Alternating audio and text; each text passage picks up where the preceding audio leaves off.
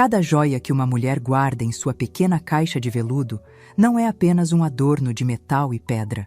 É um capítulo de sua vida, uma relíquia de um tempo que não volta mais.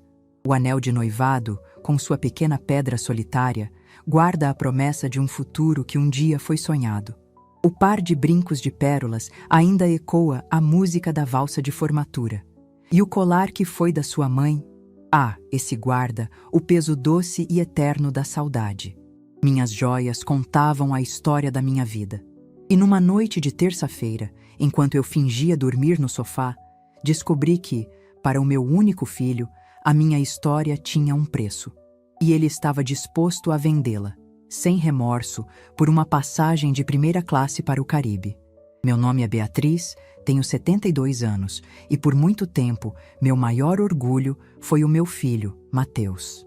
Criei-o com a garra de uma leoa depois que meu Cláudio se foi, levado por um acidente de trabalho quando nosso menino ainda tinha 15 anos.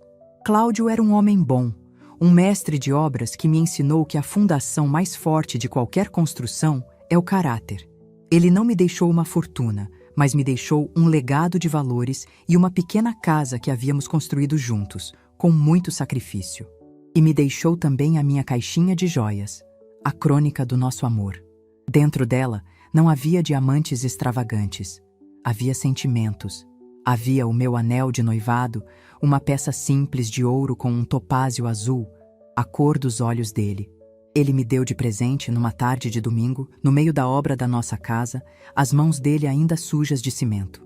Não é muito, Bia, ele disse, mas é tão azul e tão verdadeiro quanto o meu amor por você. Havia o colar de pérolas finas que minha mãe usou em seu próprio casamento e que me entregou no leito de morte com um sussurro, para que você nunca se esqueça da força das mulheres da nossa família. E havia o broche de ouro em forma de andorinha, que Cláudio me deu na maternidade no dia em que Mateus nasceu. Para a minha andorinha, que agora constrói seu próprio ninho, ele escreveu no cartão. Cada peça era um portal para um momento sagrado. Eu me sacrifiquei para que Mateus tivesse a melhor educação. Ele se tornou um bom arquiteto, assim como o pai sonhava. E então, ele conheceu Tatiana, minha nora. Tatiana era como uma revista de decoração, bonita, moderna, impressionante à primeira vista, mas fria ao toque e completamente desprovida de alma. Ela era obcecada por aparências, por status, por viagens para lugares exóticos que ela postava em suas redes sociais, com legendas inspiradoras que ela mesma não seguia. Quando eles decidiram se casar, eu cometi o meu grande e amoroso erro. Vendi a nossa casinha, a que eu e Cláudio construímos, o lar das minhas memórias mais felizes. Com o dinheiro, comprei 2 apartamentos excelentes em um prédio novo e bem localizado. Um para mim, menor. E o outro, maior, de 3 quartos para eles. É o meu presente de casamento, eu disse a Mateus. Para que você comece sua vida com segurança, com um teto que é seu. A única prudência que tive, uma voz do meu falecido Cláudio sussurrando em meu ouvido, foi manter o apartamento deles em meu nome. É só uma formalidade, meu filho, expliquei. Até vocês se estabilizarem completamente. É para a segurança de vocês. Na verdade, era para a minha. E essa decisão, tomada por um instinto que eu mal compreendia na época, se tornaria a minha salvação. Eles se mudaram. E rapidamente, a minha vida se tornou um anexo da deles. Tatiana, com sua agenda social lotada, precisava de uma ajuda com os filhos que logo vieram, os meus netos, Léo e Nina. A ajuda se tornou uma rotina. Eu passava mais tempo no apartamento deles do que no meu. Cuidava das crianças, cozinhava, arrumava a bagunça, garantia que a vida deles fluísse com a perfeição de uma capa de revista, enquanto a minha própria vida ficava empoeirada, guardada em um canto. Tatiana sempre foi fascinada pelas minhas joias. Nossa, sogrinha, que lindo esse colar, ela dizia, os olhos brilhando com uma cobiça mal disfarçada. É pérola de verdade? É antigo, né? Deve valer uma fortuna. Eu apenas sorria e dizia que o valor era sentimental. Para ela, sentimental era sinônimo de capital parado. Mateus, meu filho, se transformou. O menino doce e grato deu lugar a um homem que espelhava as prioridades da esposa. Ele me amava, eu acho. mas amava mais a paz em seu casamento e o estilo de vida que eles cultivavam. E, para manter ambos, o meu conforto e a minha dignidade eram preços que ele estava disposto a pagar. A noite da traição foi uma terça-feira comum. Eu havia passado o dia cuidando dos meus netos, que estavam gripados. Estava exausta. Depois de colocá-los para dormir, deitei-me no grande e confortável sofá da sala deles para descansar um pouco, enquanto esperava que Mateus e Tatiana chegassem de um jantar de negócios. O cansaço me venceu e eu adormeci. Acordei com o som suave da porta se abrindo. Eram eles. Abri os olhos por uma fresta, mas meu corpo estava pesado demais para me mover. Decidi ficar quieta, fingir que ainda dormia.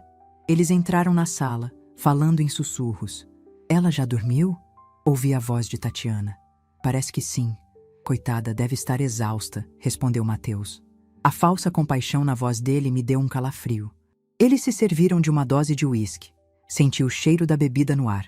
Sentaram-se nas poltronas à minha frente. E então, a conversa que mudaria a minha vida começou. Não tem jeito, Mateus, disse Tatiana, a voz um sussurro conspiratório. O cartão de crédito já estourou, e eu não vou abrir mão dessa viagem para o Caribe. Todas as minhas amigas vão. É a viagem do ano. Eu preciso postar aquelas fotos. Eu sei, Tati, eu sei. Mas de onde vamos tirar o dinheiro? Meu bônus só sai daqui a 3 meses. A voz do meu filho era a de um homem fraco, acuado. Houve uma pausa. E então, a voz de Tatiana veio, lisa e afiada como uma lâmina. Da sua mãe. Meu coração parou. Da minha mãe? Como assim? Ela já nos ajuda com tudo, e você sabe que a poupança dela, depois que comprou os apartamentos, não é tão grande assim. Eu não estou falando da poupança, seu tolo, ela sibilou. Estou falando daquela caixa de veludo que ela guarda como se fosse um tesouro. As joias. Senti um frio percorrer a minha espinha. Continuei imóvel, a respiração suspensa, os olhos cerrados, o meu corpo inteiro transformado em um grande ouvido. As joias? Tatiana, você enlouqueceu? Protestou Mateus, mas sua voz não tinha força. São as coisas da minha avó, a aliança de casamento dos meus pais, o broche que o meu pai deu a ela quando eu nasci. Não posso fazer isso. Por que não? Ela insistiu, a voz cheia de uma lógica perversa. Ela é uma velha, Mateus. Ela não vai a festas, não usa mais nada daquilo. Fica tudo parado numa gaveta, juntando poeira. É um capital morto. A gente pode pegar, levar num avaliador amigo meu, vender. Conseguimos o dinheiro para a viagem e ainda sobra. E depois, com o tempo, quando você for promovido, a gente compra outras joias para ela. Umas mais modernas. Ela nem vai notar que sumiu. Ou se notar, a gente diz que foi um assalto, que alguém entrou na casa dela. Ela acredita em tudo que você diz. O plano era cruel, diabólico. E o pior, a parte que estraçalhou o meu coração em 1 milhão de pedaços, foi a resposta do meu filho. Ouvi o som do copo de uísque sendo colocado na mesa. Um longo suspiro. E então, a voz dele, rendida, cúmplice. Tá bom, Tati. Tá bom. Mas a gente tem que fazer isso com muito cuidado, sem ela saber. Amanhã, quando ela for à aula de hidroginástica, a gente vai até o apartamento dela e pega a caixinha. Ela nunca vai desconfiar. Ali, deitada naquele sofá, eu morri. A mãe orgulhosa, a avó amorosa, a mulher que acreditava na bondade do seu filho. Todas elas morreram, assassinadas por um sussurro e um suspiro de covardia. Fiquei ali, imóvel, por mais de 1 hora, ouvindo-os planejar os detalhes do roubo da minha própria história. Quando eles finalmente se levantaram para ir para o quarto, eu mantive minha farsa. Continuei sendo a velha adormecida no sofá. Passei o resto da noite em um estado de vigília febril. A dor era física, mas, por baixo dela, a raiva começava a borbulhar. Uma raiva fria, lúcida. Uma raiva que não pedia lágrimas, pedia ação. Eles achavam que minhas joias eram um capital parado. Eles iriam descobrir o verdadeiro significado dessa expressão. Levantei-me antes do sol nascer. Fui para o meu apartamento que ficava no mesmo andar, em silêncio. Não fui para a minha caixa de joias. Fui para a gaveta onde guardava meus documentos. Peguei a pasta de couro onde estava a escritura do apartamento deles. O apartamento 201. e li com um prazer sombrio a linha que dizia: Proprietária Beatriz Guedes de Almeida. Meu filho e minha nora queriam capital para a viagem dos sonhos deles. Que interessante. Eu acabara de encontrar o capital para a viagem de desapego da minha vida. Naquela manhã, eu não fui para a hidroginástica. Às 9 em ponto, eu estava na porta da melhor e mais agressiva imobiliária da cidade. E às 10, eu estava sentada em frente a um corretor, um homem de olhar astuto chamado Sr. Vergueiro. Sr. Vergueiro, eu disse, colocando a cópia da escritura sobre a mesa dele. Eu quero vender este imóvel. E tenho uma urgência que o senhor não pode imaginar. Ele olhou os documentos. Um apartamento de 3 quartos neste prédio. É um excelente ativo, dona Beatriz. Vende rápido. Eu não quero que venda rápido, meu caro. Eu quero que ele já esteja vendido. Quero uma placa de vendido no portão amanhã de manhã. O senhor tem clientes investidores que compram à vista, sem visitação, se o preço for bom? Ele me olhou, surpreso com a minha audácia. Tenho, mas para isso teríamos que oferecer um desconto considerável. O dinheiro não é o problema, eu disse com um sorriso que não chegava aos meus olhos. O problema é o tempo. Eu quero que a placa esteja lá amanhã. E quero que a papelada da transferência comece hoje. Quanto ao antigo morador, meu inquilino, não se preocupe com ele. Eu mesma o notificarei da venda. De uma forma inesquecível. O corretor, um homem que farejava uma boa história e uma comissão ainda melhor, sorriu de volta. Dona Beatriz, considere feito. A sua placa de vendido será a primeira coisa que seus inquilinos verão pela manhã. Saí da imobiliária e fui direto ao banco. E, de lá, para um cartório. A velha inútil passou o dia sendo extremamente produtiva. E enquanto meu filho e minha nora dormiam tranquilamente, sonhando com as praias do Caribe, eu estava vendendo o chão sob os pés deles. A vingança, dizem, é um prato que se come frio. A minha seria servida com uma placa de vendido e uma ordem de despejo.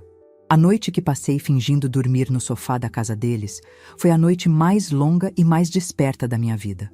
Cada rangido do assoalho, cada tosse vinda do quarto deles, soava como uma confirmação da minha solidão e da traição deles. Eu não era mais a mãe, a avó. Eu era um obstáculo, um cofre a ser arrombado. A dor inicial, aquela pontada aguda de punhal no peito, deu lugar a uma calma gélida, a serenidade de quem já perdeu tudo e por isso mesmo não tem mais nada a temer.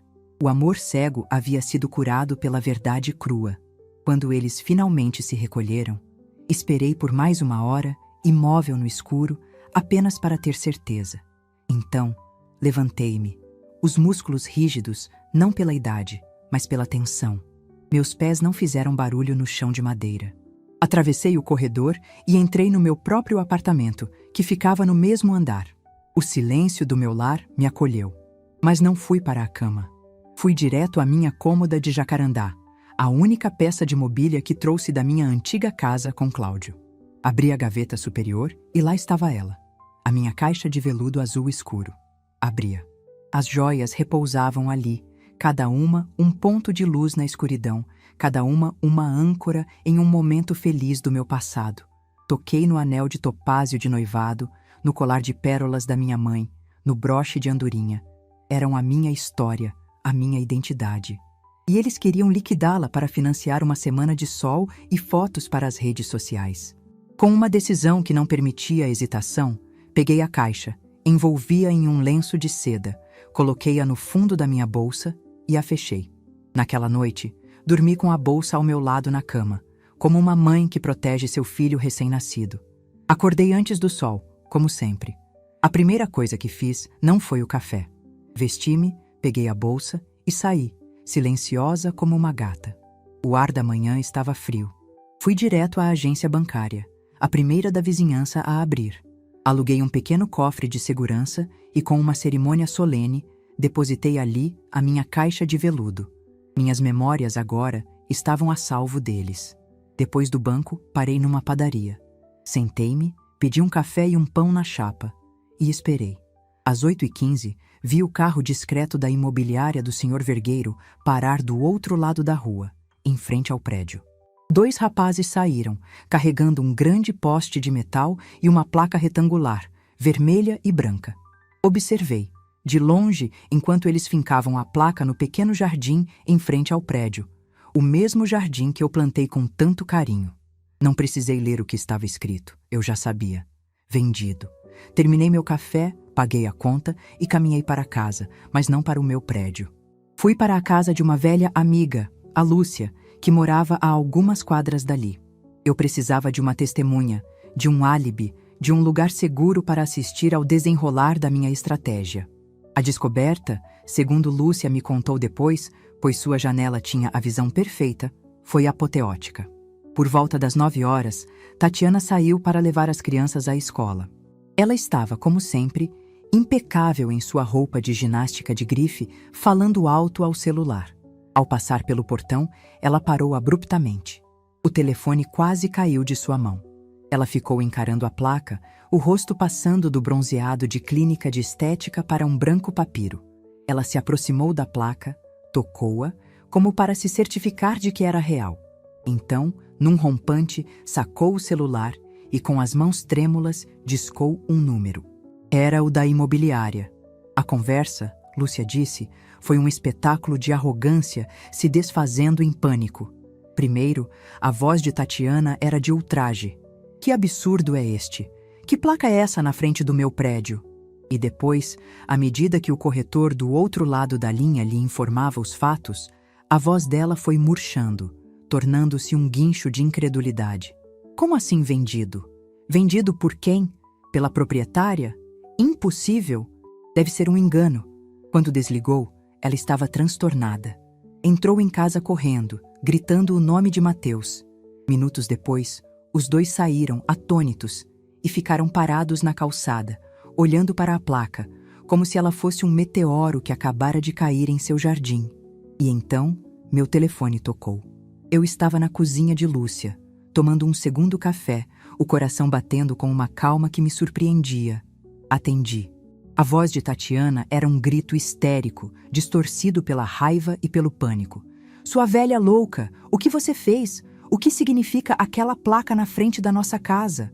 Bom dia para você também, Tatiana, respondi, com uma serenidade que sabia que a enfureceria ainda mais. A qual placa você se refere? Aquela que diz vendido? Ela é bastante autoexplicativa, eu acho. Vendido? Como assim, vendido? Você não pode vender a nossa casa, ela gritou. Corrija-me se eu estiver errada, mas para vender algo é preciso ser o proprietário. E até onde a minha memória de velha me permite lembrar, a escritura do apartamento 201 está em meu nome. Portanto, a casa não é de vocês, é minha. Ou melhor, era. Agora é de um fundo de investimentos de Hong Kong. Eu havia pedido ao Sr. Vergueiro que inventasse um comprador intimidador e inalcançável. Mãe, pelo amor de Deus, me explica o que está acontecendo. A voz de Mateus tomou o telefone suplicante. Isso é uma brincadeira de mau gosto?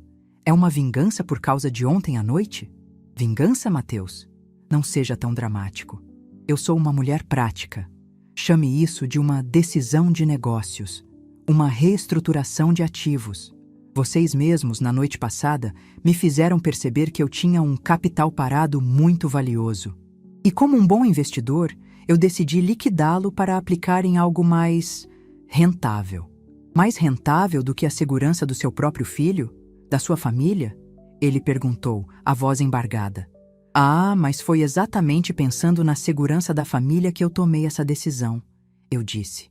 E a doçura na minha voz era puro veneno. Eu ouvi a conversa de vocês ontem à noite. Cada palavra. Um silêncio mortal caiu sobre a linha. Eu os deixei absorver o impacto. Eu ouvi o plano de vocês de vender as minhas joias, continuei. A herança da minha mãe, o presente do seu pai. Ouvi vocês planejando roubar as minhas memórias para pagar por uma viagem. E entendi que a segurança de vocês estava em risco. Afinal, se vocês chegaram ao ponto de planejar um roubo dentro da própria família, é porque a situação financeira está desesperadora. Então, eu decidi ajudar. Vendi a casa para que vocês não precisassem se dar ao trabalho de vender as minhas joias. Viu como sou uma mãe cuidadosa? Isso não é verdade. A gente... Gaguejou Mateus. Não minta para mim, Mateus. Eu estava deitada naquele sofá, fingindo dormir, e ouvi tudo. Ouvi sua esposa te chamar de tolo. Ouvi você concordando em me roubar enquanto eu dormia. Ouvi o seu tá bom covarde, que selou o seu caráter e o meu destino. Sua? Gritou Tatiana. Você estava nos espionando? Não, querida. Eu estava no meu posto de trabalho. O sofá da sala de vocês se tornou o meu local de descanso entre um turno e outro da minha jornada como babá e cozinheira não remunerada. Vocês é que foram descuidados ao discutir o crime na frente da testemunha. Eles estavam sem palavras. Eu os havia encurralado com a própria sordidez deles. Mas e a gente, mãe? A voz de Mateus era a de uma criança perdida. Para onde nós vamos? Nós moramos aqui. Moravam, corrigi. O novo proprietário foi muito generoso. Através de seu advogado, ele lhes concedeu 30 dias para desocupar o imóvel. É mais do que o tempo que vocês me dariam para notar o sumiço do colar da minha mãe, não acha? Sugiro que comecem a procurar nos classificados. Ou, quem sabe, o avaliador amigo da Tatiana não conhece algum imóvel para alugar? Você é um monstro, sussurrou Tatiana. Não, eu sou apenas uma mãe que aprendeu a lição. Vocês me ensinaram que tudo na vida tem um preço. E eu aprendi que a minha paz de espírito não está à venda. Nem por uma viagem ao Caribe, nem pelo amor de um filho ingrato. Por favor, mãe, desfaça isso, implorou Mateus. A gente pede perdão. A gente errou. O perdão, Mateus, é uma coisa, as consequências são outra. Vocês queriam o dinheiro das minhas joias. Eu lhes dei algo muito mais valioso, uma lição sobre causa e efeito. O imóvel está vendido. A transação é irrevogável. Vocês têm 30 dias. E o que a senhora vai fazer? Onde a senhora vai morar? Ele perguntou, num último e egoísta fio de esperança de que talvez eu dependesse deles. Eu? Ah, não se preocupem comigo. Com o dinheiro da venda desta casa, somado à minha herança recém-recebida do meu tio do Canadá, da qual vocês não sabiam, eu tenho capital suficiente para comprar um bairro inteiro se eu quiser. Mas por enquanto, estou pensando em tirar umas férias. Talvez o Caribe. Ouvi dizer que é lindo nesta época do ano. Desliguei o telefone ao som de um grito de fúria de Tatiana. Sentei-me à mesa da cozinha de Lúcia, que me olhava com uma mistura de choque e admiração. Menina, você fez mesmo tudo isso? Ela perguntou. Eu peguei minha xícara de café e sorri. Eu fiz, Lúcia. Eles me disseram que minhas joias eram capital parado. Eu apenas mostrei a eles o que uma velha inútil com um pouco de capital e muita determinação é capaz de fazer. A placa de vendido na frente da casa deles não era um ato de vingança. Era a minha placa de libertação. E a mudança que eles teriam que fazer em 30 dias não era nada comparada à mudança que havia acontecido dentro de mim naquela noite, no sofá da sala. A casa que eles perderam era só o começo. Eles estavam prestes a perder muito, muito mais. A chamada telefônica terminou, mas o eco das minhas palavras e dos gritos de pânico deles permaneceu no ar do meu pequeno apartamento alugado. Sentei-me na poltrona, o coração ainda batendo forte, não de medo, mas da adrenalina de uma batalha vencida. Eu havia fincado a minha bandeira. Havia traçado a minha fronteira. E agora, eu precisava ter a força para defendê-la durante os 30 dias mais longos e difíceis da nossa história familiar. Nos primeiros dias, eles tentaram de tudo. O bombardeio de ligações e mensagens era incessante. As táticas variavam, num carrossel de manipulação que apenas reforçava a certeza de que eu havia feito a coisa certa. Primeiro, veio a raiva de Tatiana. As mensagens dela eram veneno puro, uma torrente de acusações e insultos. Você é um monstro. Está desabrigando seus próprios netos por causa de um capricho. Você vai se arrepender disso, sua velha amarga. Eu lia, sentia uma pontada de dor e apagava. A opinião de Tatiana sobre mim já não tinha mais peso. Depois, veio a fase da súplica chorosa de Mateus. Ele me ligava e deixava longas mensagens de voz, a voz embargada, cheia de uma autocomiseração que me revirava o estômago. Mãe, por favor, pense em mim, no seu filho. Pense nas crianças. Onde nós vamos morar? Eu perdi o chão. A senhora tirou o meu chão. Eu sei que errei, mas o seu castigo é desproporcional. Tenha piedade de nós. Ele falava em piedade, mas o que ele queria era a minha submissão. Ele queria que a mamãe voltasse a consertar a bagunça que o menino mimado havia feito. A terceira tática, a mais baixa de todas, foi usar os netos como escudo humano. Eles os fizeram me ligar. Ouvi a vozinha de Nina, minha neta de 6 anos, no telefone, claramente instruída pela mãe. Vovó, por que a gente tem que ir embora da nossa casinha? Eu não quero ir embora. A mamãe disse que a senhora está brava com a gente. Aquilo quase me quebrou. A vontade de dizer, não, meu amor, a vovó resolve tudo, foi imensa. Mas eu respirei fundo. Minha querida, eu disse, com a voz mais doce que consegui, a vovó não está brava com você. Nunca. A vovó te ama mais que tudo.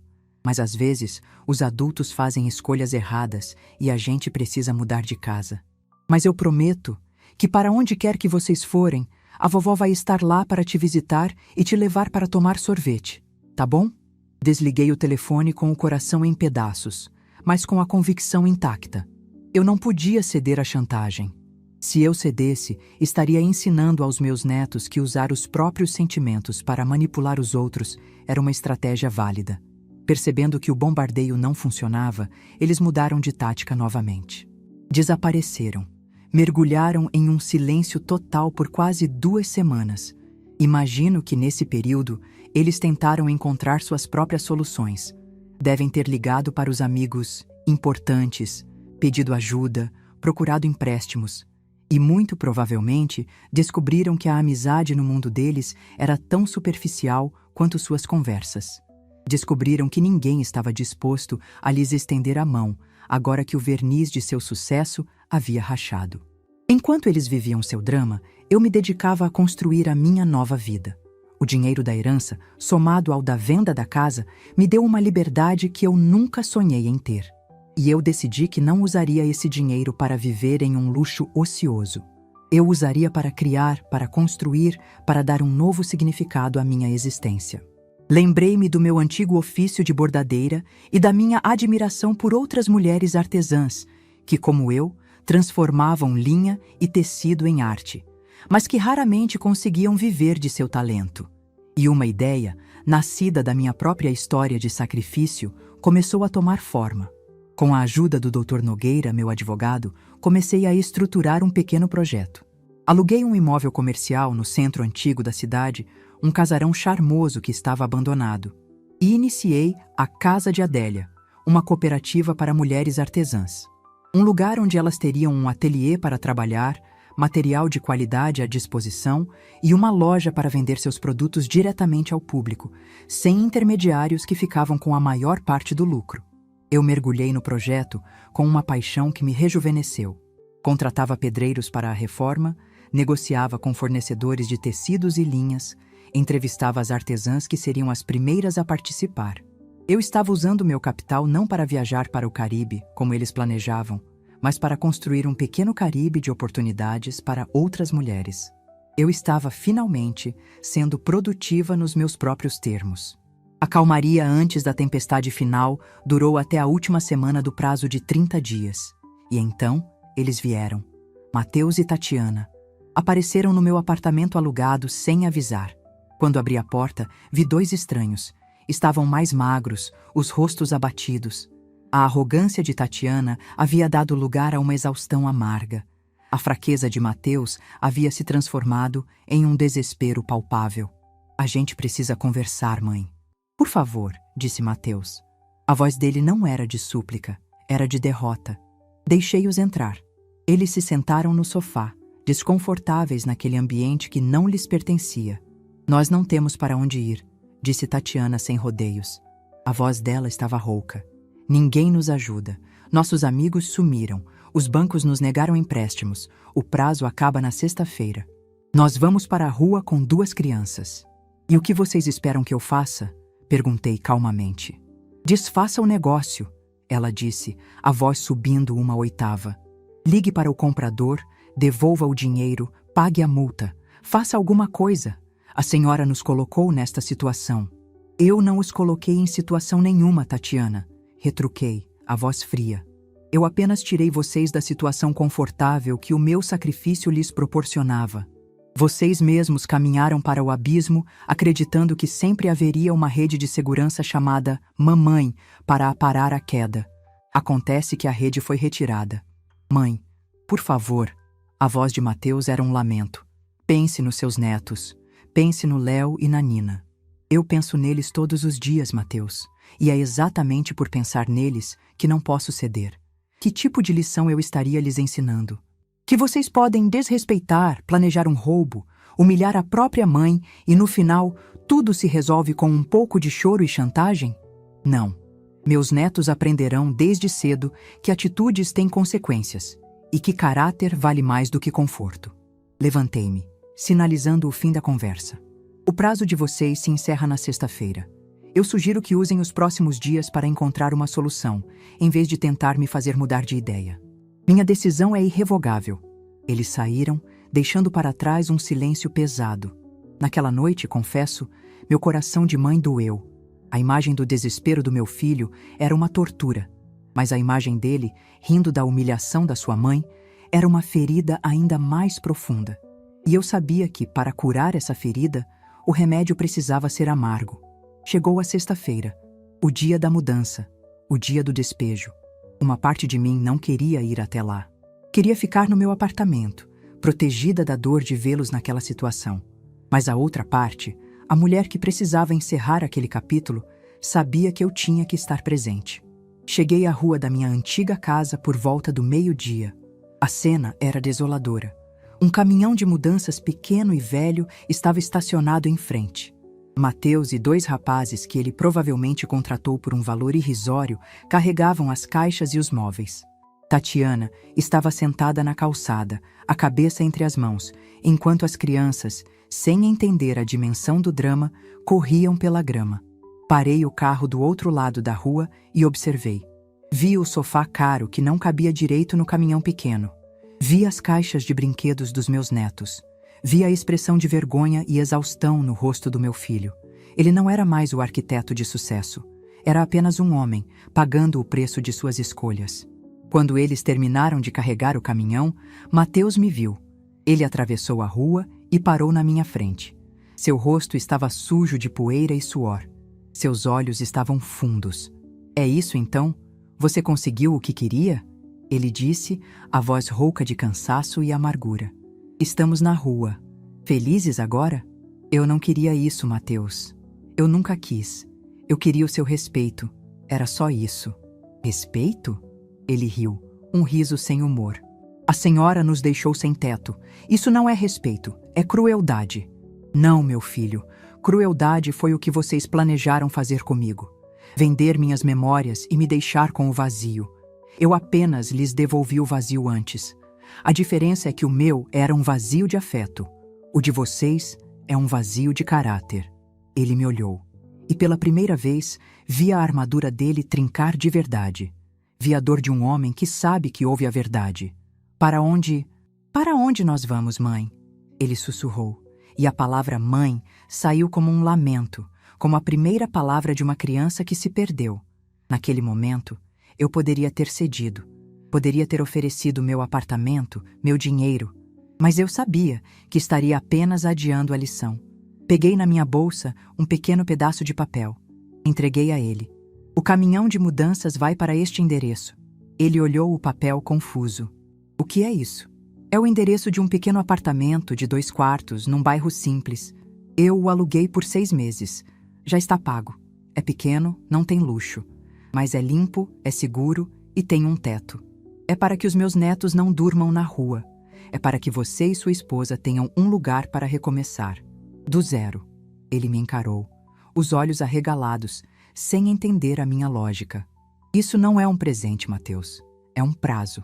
Vocês têm 6 meses para se reerguerem, para encontrarem empregos que possam pagar o seu próprio aluguel, para aprenderem a viver com os seus próprios meios. Esta é a última ajuda financeira que eu lhes darei em toda a minha vida. Depois desses 6 meses, vocês estarão por conta própria, completamente. Virei-me para ir embora. Mãe, ele me chamou. Eu parei, mas não me virei. Obrigado. A palavra foi dita tão baixo que quase se perdeu no vento, mas eu ouvi. E aquilo foi o suficiente, por enquanto. Entrei no meu carro e fui embora, sem olhar para trás. Eu não havia apenas vendido uma casa. Eu havia comprado a minha liberdade.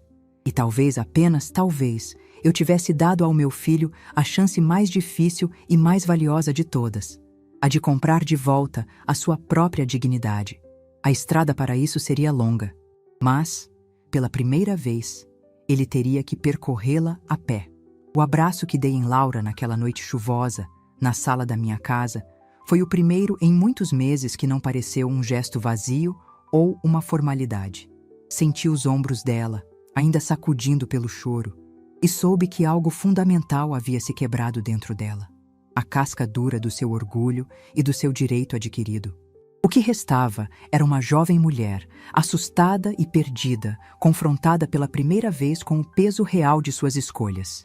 E naquele momento, o meu papel mudou. Eu não era mais a vítima ofendida, nem a justiceira implacável. Eu voltei a ser o que nunca deveria ter deixado de ser. A avó, o porto seguro, mas um porto com novas regras de atracação. Na manhã seguinte, a tempestade lá fora havia passado e dentro de casa a atmosfera era de uma calmaria frágil. Preparei o café em silêncio. Laura apareceu na cozinha, os olhos ainda inchados, mas com uma expressão que eu não via há muito tempo, a de respeito. Vó, ela disse a voz baixa, o que eu te disse ontem à noite? Eu falei sério. Eu sei que um pedido de desculpas não apaga o que eu fiz e eu não espero que a senhora esqueça. Eu só quero saber se existe um caminho de volta. Se eu posso, de alguma forma, reconquistar a sua confiança. A pergunta era genuína. Era o pedido de direção de alguém que se descobriu completamente perdido no mapa da própria vida. Sentei-me à mesa e apontei para a cadeira à minha frente. Sente-se, Laura. Vamos conversar. Ela obedeceu. Um pedido de desculpas, minha neta, não é uma borracha que apaga o passado. Ele é a permissão que a gente dá para que um novo futuro possa ser escrito. Mas o papel está em branco. E o que será escrito nele, a partir de agora, dependerá das suas atitudes, não das minhas. Eu sei, e eu estou disposta a fazer o que for preciso, ela disse com uma convicção que me tocou. Pois bem, eu disse, tomando um gole de café. A primeira coisa é que a nossa relação não pode mais ser baseada na minha capacidade de te prover as coisas. O carro, os luxos, a vida fácil, tudo isso te transformou na pessoa que me excluiu por causa de um isopor. Então, o meu dinheiro continuará sendo meu. E você continuará na sua jornada para conquistar o seu. Sim, senhora, ela respondeu humildemente. A palavra senhora, vinda dela, soava estranha, mas era um sinal de sua nova postura. O carro, continuei, tocando no ponto nevrálgico, permanecerá na garagem. Ele é a prova de que a confiança, uma vez traída, precisa ser reconquistada com muito esforço. E você, para tê-lo de volta, não vai depender da minha boa vontade. Vai depender do seu próprio mérito. Como assim? Eu quitei o financiamento. O carro me pertence. Mas eu vou te dar a chance de conquistá-lo de volta. A partir do seu próximo salário, você vai me pagar todo mês uma parcela. Um valor justo que caiba no seu orçamento, mas que represente um sacrifício. Será a sua compra da dignidade. Cada parcela paga em dia não será apenas um pagamento pelo carro. Será uma prova de que você está se tornando uma adulta responsável, que honra seus compromissos. E, o mais importante, será um lembrete mensal do valor das coisas. Quando a última parcela for paga, eu lhe entrego os documentos e a chave. Definitivamente. O que me diz? Ela me olhou atônita. Eu não a estava punindo com o desprezo, nem a estava perdoando com uma facilidade que a ensinaria a lição errada. Eu estava lhe oferecendo um caminho duro, longo, mas um caminho de dignidade e autorrespeito. Eu aceito, vó, ela disse, a voz embargada de uma emoção que era uma mistura de alívio e pavor. Eu aceito, e eu agradeço. E assim começou a nossa nova e improvável jornada. Os meses que se seguiram foram uma lenta e delicada dança de reconstrução. Laura se agarrou ao seu emprego na clínica com uma dedicação feroz. Eu a via sair de casa antes do sol nascer, enfrentar a longa viagem de ônibus e voltar à noite, exausta, mas com uma nova luz nos olhos. a luz de quem sabe que está lutando por algo que é seu. No final de cada mês, ela vinha até o meu quarto com um pequeno envelope branco. Dentro estava o dinheiro da parcela do carro. Ela nunca atrasou um dia. E a cada entrega, a nossa conversa se tornava um pouco mais fácil, um pouco menos formal. A formalidade do senhora deu lugar ao afeto do vó novamente, mas um vó com um novo peso, um novo significado. Enquanto ela travava sua batalha no mundo real, eu me aprofundava no meu. Meu trabalho voluntário no arquivo histórico se tornou a grande paixão da minha vida. Eu passava as manhãs imersa em fotografias e documentos, resgatando a memória da nossa cidade. Dr. Afonso, o curador, tornou-se um grande amigo e um companheiro intelectual. Nossas conversas sobre história, sobre a vida, sobre as complexidades das relações humanas, preenchiam um espaço em mim que eu nem sabia que estava vazio. Laura, vendo a minha nova rotina, começou a se interessar por ela. Como foi seu dia no arquivo, vó? Descobriu alguma fofoca histórica hoje? Ela perguntava com um sorriso enquanto jantávamos. E eu, com prazer, compartilhava minhas descobertas. Pela primeira vez, ela não estava apenas falando de si mesma, estava genuinamente interessada no meu mundo. Aos poucos, a cumplicidade entre nós foi retornando, mas de forma diferente. Era mais madura, mais real. Numa noite de sexta-feira, eu a encontrei na sala, olhando para a nossa coleção de DVDs da Disney. Lembra, vó? Ela disse, pegando a caixinha de A Bela e a Fera. A gente assistia a este umas 3 vezes por semana. Lembro, minha querida. E você sempre chorava na parte em que a fera morre. Eu acho que entendo por quê, ela disse pensativa. Não era pela fera, era pela Bela. Pelo medo que ela sentiu de perder alguém que ela, apesar de tudo, amava. Naquele momento, eu soube que ela havia entendido tudo. A jornada dela durou quase 1 ano e meio. 1 ano e meio de trabalho duro, de economia rigorosa, de uma vida sem luxos. 1 ano e meio em que ela se transformou de uma menina mimada em uma mulher forte e independente. No dia em que ela veio me trazer o último envelope, havia uma solenidade no ar. Ela me entregou o dinheiro em silêncio. Pronto, vó, ela disse, a voz cheia de emoção. A última parcela. Eu consegui. Eu peguei o envelope e o coloquei sobre a minha escrivaninha. Então, abri uma gaveta e tirei de dentro uma pequena caixa de madeira. Dentro estavam todos os envelopes que ela havia me entregado ao longo daqueles 18 meses. Todos intactos. Coloquei a caixa na frente dela. Abra, eu disse com um sorriso. Ela abriu e seus olhos se arregalaram ao ver todo o dinheiro ali. Vó? Eu não entendo. Este dinheiro é seu, Laura, eu disse. Ele nunca foi para mim. A dívida que você precisava pagar não era financeira. Era uma dívida de caráter. E você a quitou com juros e correção monetária de dignidade. Este dinheiro é o seu fundo de independência. A prova de que você é capaz de conquistar o que quer com o seu próprio esforço. Use-o para dar entrada no seu próprio apartamento, para fazer uma especialização, para construir o seu futuro. É o seu primeiro grande patrimônio, o fruto do seu amadurecimento. As lágrimas escorreram pelo rosto dela, mas desta vez eram lágrimas de uma alegria pura, de uma compreensão profunda. Ela entendeu que a lição mais dura que eu lhe dei foi também o maior presente. Então, peguei na minha bolsa um pequeno chaveiro que eu havia comprado. Nele estava a chave do carro. Coloquei-a na mão dela. E isto, eu disse, fechando seus dedos sobre a chave. Agora sim, isto é um presente. Não um presente da poupança da sua avó, mas um presente que você deu a si mesma. É a chave do seu carro, mas também é a chave da sua nova vida. Você a conquistou e a merece mais do que ninguém.